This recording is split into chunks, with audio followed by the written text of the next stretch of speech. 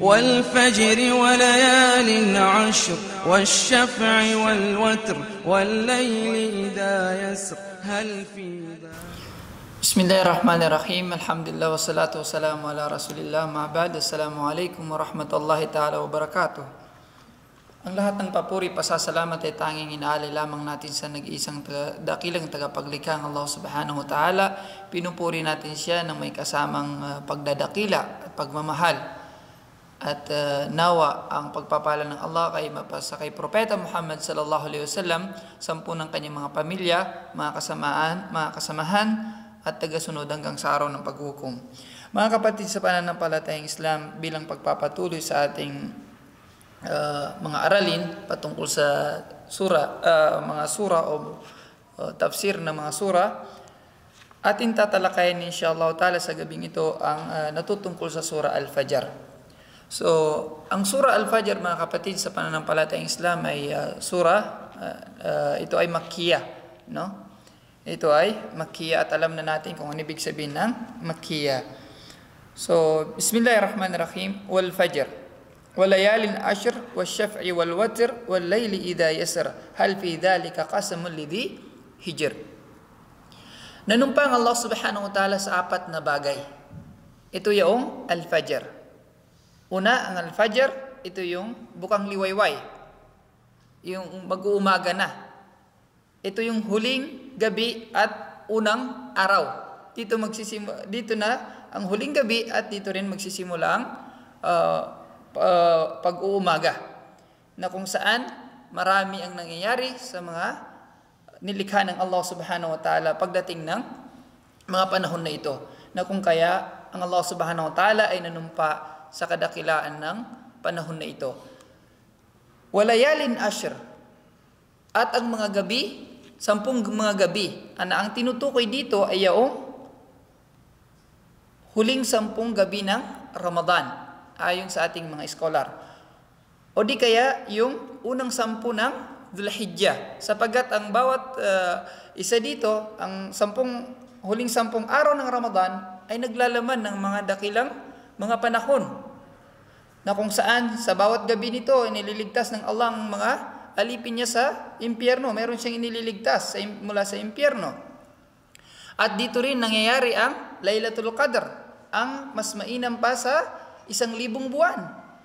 At gayon din sa mga araw ng Dhul-Hijjah, unang 10 araw ng Dhul-Hijjah, napakainam ng mga panahon sa Allah subhanahu wa ta'ala, na kung saan nandito ang tinatawag na Yawmu Arafah, ika-siyam na araw ng Dhul-Hijjah, na kung saan bumababa ang mga anghel dito.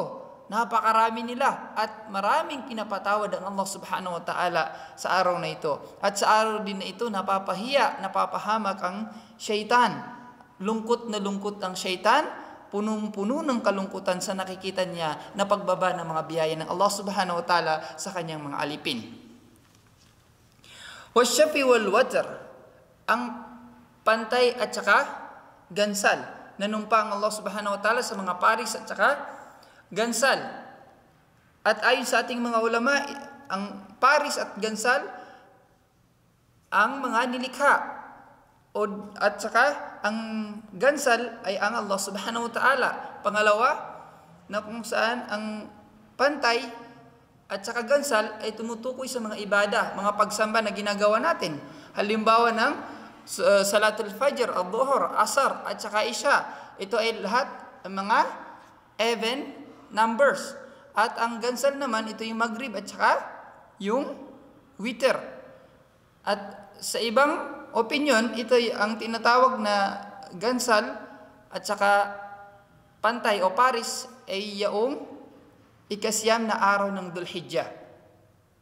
Ika-siyam na araw ng Dhul-Hijjah at saka ang Asyaf o yung eben o yung pantay, yung paris ay yung araw ng sakripisyo o di ka tinatawag na Yawmun Nahar. Wal layli idha yasr, at sa gabi kapag ito ay pumasok na. Kapag pumasok na yung gabi, pag tinakpan na ng gabi ang mga nilikha, pag pumasok na ang gabi, pumasok na yung panahon na kung saan ang mga nilikha ng Allah subhanahu wa ta'ala pagkatapos ng pagod na kanilang dinaranas sa araw, dito sila ay nagpapahinga bilang biyaya mula sa Allah subhanahu wa ta'ala na binigyan niya ng kapahingaan ng kanyang mga nilikha. At sa mga gabi na ito, sa bawat gabi, alam natin ng Allah subhanahu wa ta'ala sa 1/3 of the night ay bumababa, di ba? Na angkop sa kanyang kadakilaan. Hal fi dhalika qasamul lidhi hijr. Sa mga nabanggit natin na sinumpaan ng Allah subhanahu wa ta'ala, at alam natin sa ating pag-aaral na ang Allah subhanahu wa ta'ala ay nanunumpa sa anumang nanaisin niya mula sa kanyang mga alipin. Tama? At tayong mga alipin hindi pwedeng manumpa maliban lamang sa Allah. So, sa mga bagay na nabanggit ay sapat na. Hal fi dhalika qasamul lidhi hijr.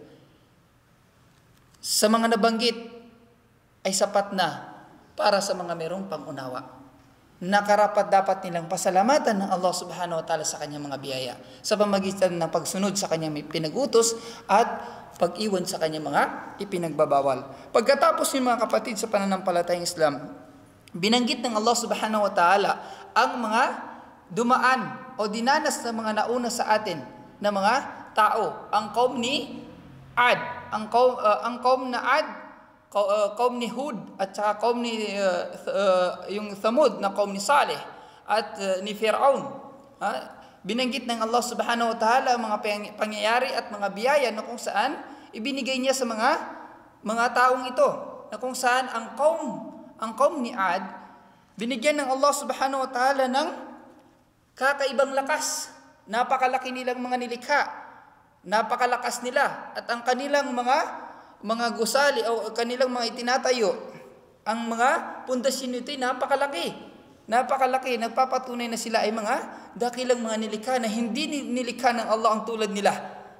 Hindi pa lumikha ng Allah subhanahu wa ta'ala naman tulad ng mga ganitong mga tao. Subalit sa kabila ng biyaya ng Allah subhanahu wa ta'ala sa kanila, binigyan sila ng power, ng lakas, ng sigla, na kung saan nakakagawa sila ng nais nilang gawin, hindi sila nagpasalamat sa Allah bagkus sila sumuway sa Allah subhanahu wa ta'ala. So, gayon din ang kaum ni Saleh, ang Thamud, binigyan sila ng Allah subhanahu wa ta'ala ng kakayahan din na kung saan kanilang kinakurb ang mga kabundukan. Alam natin kabundukan, mga bato. Gumagawa sila ng mga bahay nila doon. So, napakalakas nilang mga tao. Binigyan sila ng Allah subhanahu wa ta'ala ng iba yung lakas na nakakatulong sa kanila sa pang-araw-araw nilang pamumuhay. Subalit, hindi sila pumasa sa pagsubok ng Allah subhanahu wa ta'ala. Gaya na nabanggit natin na sinubukan lang sila ng Allah subhanahu wa ta'ala ng kamelyo na kung saan biyaya sa kanila, subalit kanilang pinatay ang kamelyo na yon. Sinuway nila si Saleh, ang nabi na mula sa Arab. Ang mga nabi sa mga Arabs ay 4 lamang. Si Saleh, si Hud, si Shuaib, at saka si Propeta Muhammad sallallahu alaihi wasallam. Gayon din si Fir'aun na kung saan napakarami niyang sundalo. Si Fir'aun ay napakarami niyang sundalo na naging dahilan din na siya ay magyabang dahil sa dami ng sundalo niya na nagpapatatag ng kanyang kaharian. O di kaya ayon sa ibang opinion ng ating mga scholar, ito yung mga wa Fir'aun dil autad ay yung mga talasok. Kasi sila meron silang mga tent. So ang tent nila lagyan ng mga talasok na nagpapatibay nito, di ba? So sa dami ng tent nila, sa dami ng ginagawa nilang tent, naman napakarami rin mga talasok na kanilang ginagawa. So nagpapatunay na pagkakaroon ng dami ng sundalo ni Paraon. Alladhina tagaw fil bilad. So anong ginawa ng mga taong ito sa kabila ng biyaya ng Allah subhanahu wa ta'ala sa kanila? Anong ginawa nila? Alladhina tagaw fil bilad. Nagmalabis sila sa mga pamayanan. Gumawa sila ng mga kasalanan. Sumuway sila sa kanilang mga propeta. Sumuway sila sa dakilang tagapaglikha. So anong ginawa ng Allah subhanahu wa ta'ala sa kanila?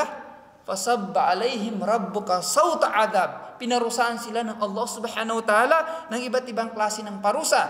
Ang parusa kay sa kaum Mu'ad, ang parusa sa kanila na kung saan pinadalhan sila ng Allah, ang Allah subhanahu wa ta'ala ay nagpadala ng unos at saka kidlat sa kanila. Tinamaan sila ng lakas ng tunog ng kidlat. Wallahu alam kung tinamaan pa sila ng mga kidlat mismo. Alam naman natin kung tumatama ang kidlat.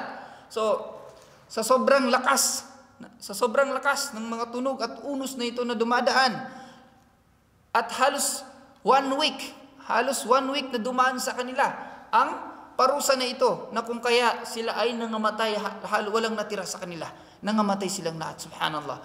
So gayon din ang mga kaum ni Thamud, na kung saan pinarusahan ng Allah subhanahu wa ta'ala sila ng napakatinding mga hagupit ng hangin. Allahu Akbar. Na wala rin natira sa kanila. Nangamatay din silang lahat. At saka kay Faraon, alam natin kung nangyari kay Faraon.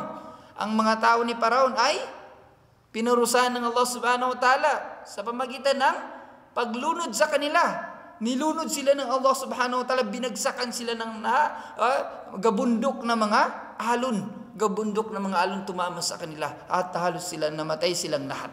So ganyan ang Allah subhanahu wa ta'ala, inna rabbaka labil mirsad. Ang Allah subhanahu wa ta'ala hindi siya nagpapabaya. Pag dumating ng panahon ng mga tao karapat-dapat ng parusahan at wala nang titira sa kanila, uubusin na sila ng Allah subhanahu wa ta'ala. Nawa iligtas tayo ng Allah subhanahu wa ta'ala at hindi natin sasapitin ang sinapit ng mga nauna sa atin na sumuhay sa Allah subhanahu wa ta'ala, at gawin tayo ng Allah subhanahu wa ta'ala ng mga alipin na sumusunod sa Kanya at itinatayo ang kanilang mga obligasyon sa abot ng kanilang kakayahan. Wallahu alam. Sallallahu ala nabina Muhammad. Assalamu alaikum warahmatullahi wabarakatuh.